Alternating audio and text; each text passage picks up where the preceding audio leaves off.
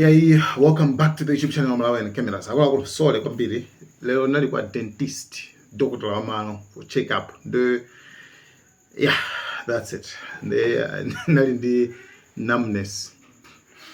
So kumana list manoba I'm okay. Yeah, I'm okay manoba.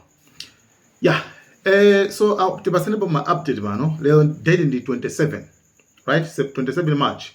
Pamene nkhani ya nkhondo ndi 28. 28, day 28, leo ni day 28 chiyambire ni nkhondo pamene Israel komanso America ikulimbana ndi kugwetsa boma la Iran, ikulimbana ndi kuba mafuta a Iran. Lero ndi tsiku la number 28 chiyambire ni nkhondo iyi. Mini ngona kuti tsopano tamangira mwezi tsopano zolinga zawo zisanathe pamene USA ikufuna izituluke pamene Israel sikufuna choncho yayo.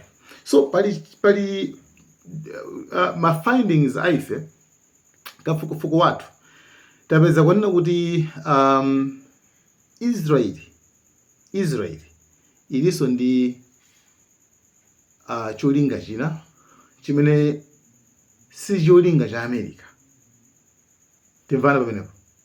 Israel ndi cholinga china chimene sichili cholingaso cha America. Mwamvapo Israeli ikuyankhula nkhani ya pa Strait of Hormuz? No, sakumayankhula. Mwamvapo akona kuti tipitepo? No, mas. Pa nkhani ya Strait of Hormuz pamene patsakadwa pacha Israeli pamene pacha afuna patsekedwe ndithu. Israel safuna ndi patsekulidwe yayi. Afuna patsekedwe ndithu. Ndipo Israel ipanga china chilichonse chotheka kuti pamene pajapo Iran apyentima azipasungabe potseka.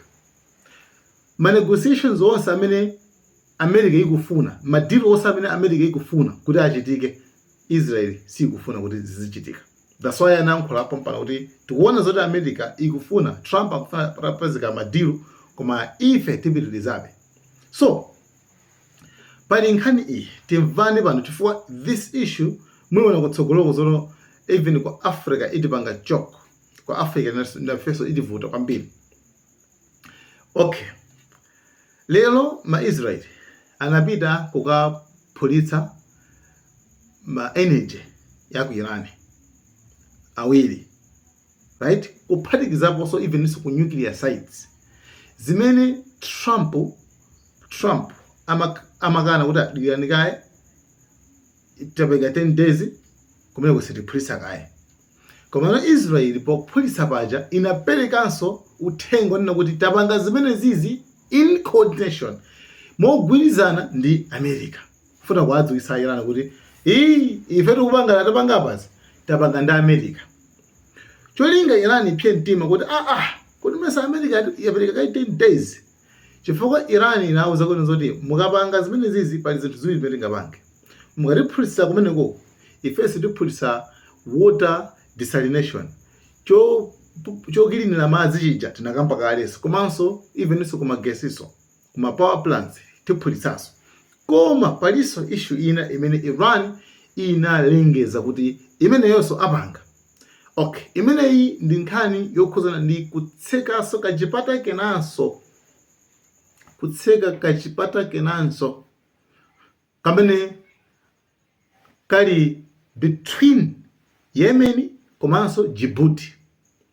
Pakatipa pamadutsa mafuta 13%, 10%, 12%, 13% ya dziko lonse lapansi. Imadutsapo ndikumapita ku Europe.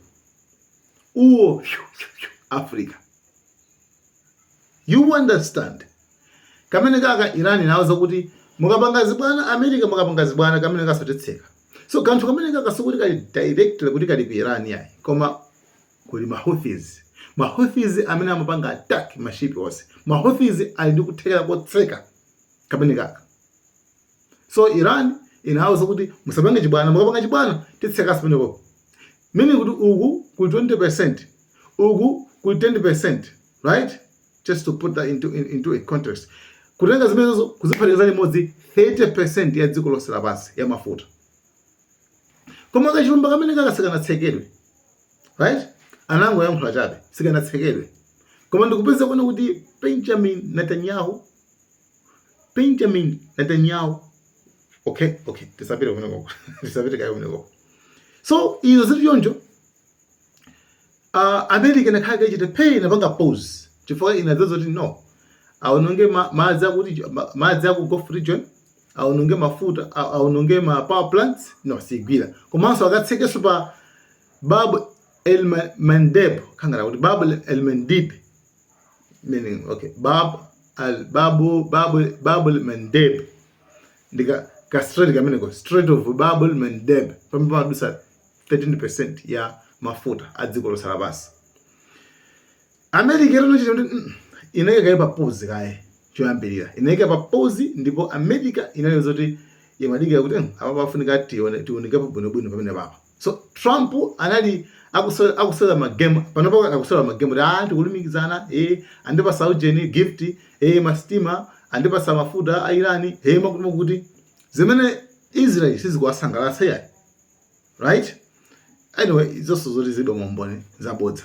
Koma Trump akungoyesesa kungokakamiza zinthu kuti basi pakhale ngati kuti basi zinthu zikuchitikadi. That's why akupanga force zinthu kuti manegotiation tikambirane, makuti zonse zakupanga kungozipanga force kuti pakazibwerere pa ground mpangoziti Pakistan kubwera kupeza mbiri zimene Israel sikusangalala. Israel ikufuna pa Strait of Hormuz kuti pakhale patsekedwe, komanso Israel ikufuna pa Bab el-Mandeb pamene pamalowanso mafuta a 13% a dziko lonse lapansi, uku kumapita ku Europe, uku amakapita ku Egypt pa Suez Canal, pamene pachapo Suez kusogoloko ku Egypt mene kuti Suez Canal kumene kosi ndikuti amakadutsa kumene kokoso wautali. So akatseka pamene papa pavuta kwambiri, akatsekaso pamene papa pavuta from a Houthis atha kutseka ndithu. Zimene zipangitsa kukhala zovuta ngati pali njira ine yolusirapo ndi Cape of Good Hope ku Africa, azungule ku Africa kumene azakumanso ndi ma-Somalian ma-pilots ma-pirates amene nawonso amakhala kubaso chanjani zambiri mbava za ma-Somalians mbava. Anyway, komanso kumene kumadusa kumatenga masiku ambiri kuti katundu kuti afike apangati deliver 18 days, zimene zikhale zovuta kwambiri. So Israeli pankhani imene zonsezi alibe nazo ntchito. Chimene akufuna Israeli ndi zimene Netanyahu wayankhula. Akuona kuti Israel akuona kuti it's fine, pakufika tipeze njira pa Strait of Hormuz patsekedwa, okay, pasiye ndiyoncho Bab el-Mandeb pathaso kutsekedwaso panaponso panatsekedwa koma iye apachitwa ngati patsekedwa kale. Koma akuti tipeze njira yonena kuti one ayike mapipe amafuta komanso ayike mapipe a gas. Njira imeneyi imene achoka mapipe amene komana akapita ku Israel.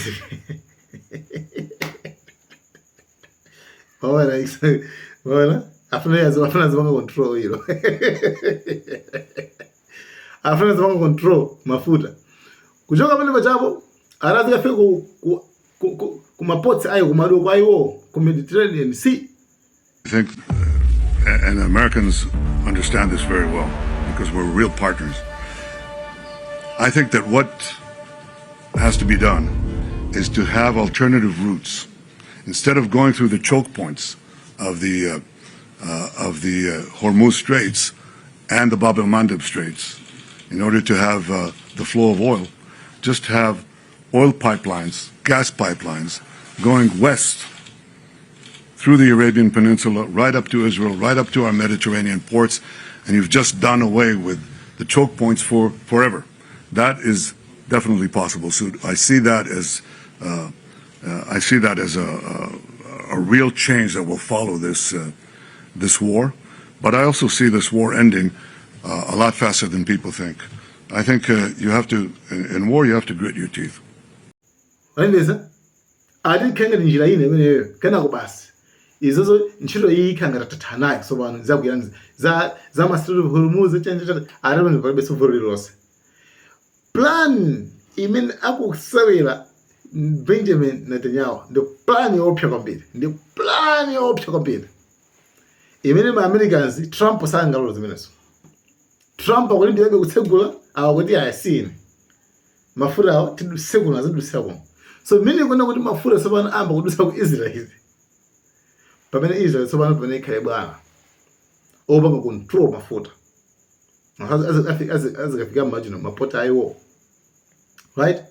So this is why kutsogolo kuno nakamba kaya kuti kutsogolo kuno anthu awawa akhulana, America ndi Israel kutsogolo kuno akhulana. Khulupirani zimenezo, chifukwa zolinga zawo za nkhondozi sizikufanana yani, zikusiyana. And Trump sangalole kuti I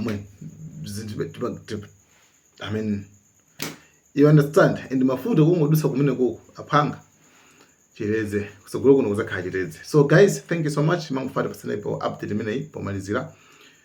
And yeah, usiku abwino kuma mawa. So